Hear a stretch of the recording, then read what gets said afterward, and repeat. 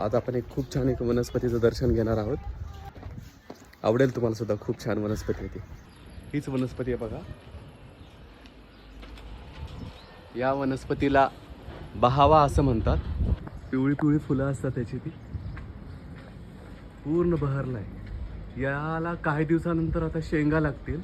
पानं तुम्हाला दाखवतो. छान आहेत बघा. ओळखता येईल तुम्हाला.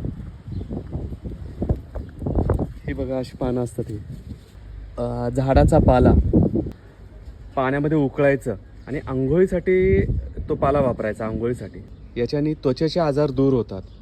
असा इथं पण आहे बघा. एक शेंग दिसते बघा. ही शेंग आहे बघा. ही शेंग. या शेंगेच्या आतमधला आहे ना, तुम्हाला मगज दाखवतो. एक मिनटं. दिसतं का तुम्हाला? हे बघा हा मगज. हा आतलं हे जे मगज आहे ना, बघा माझं दिसतं का? ह्याचा जो मगज आहे ना, ह्याचे बी काढायचा. हा जो मगज आहे, दिसतो का हा मगज? पाण्यामध्ये त्याला गरम पाण्यामध्ये भिजत घालायचा. चिंचेच्या कोळसारखा हा त्याचा कोळ तयार करायचा. पोट साफ व्हायला मदत होते. असा हा बहावा.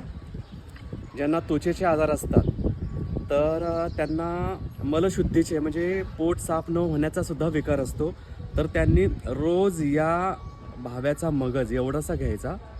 पाण्यामध्ये गरम पाण्यामध्ये भिजत घालायचा 1 तासभर आणि त्याला कोळून तो गाळून तर पाणी प्यायचं आणि रक्तातले विकार दूर व्हायला लागतात. की 1 महिनाभर घ्यायचं. 10 ते 15 दिवस बंद ठेवायचं.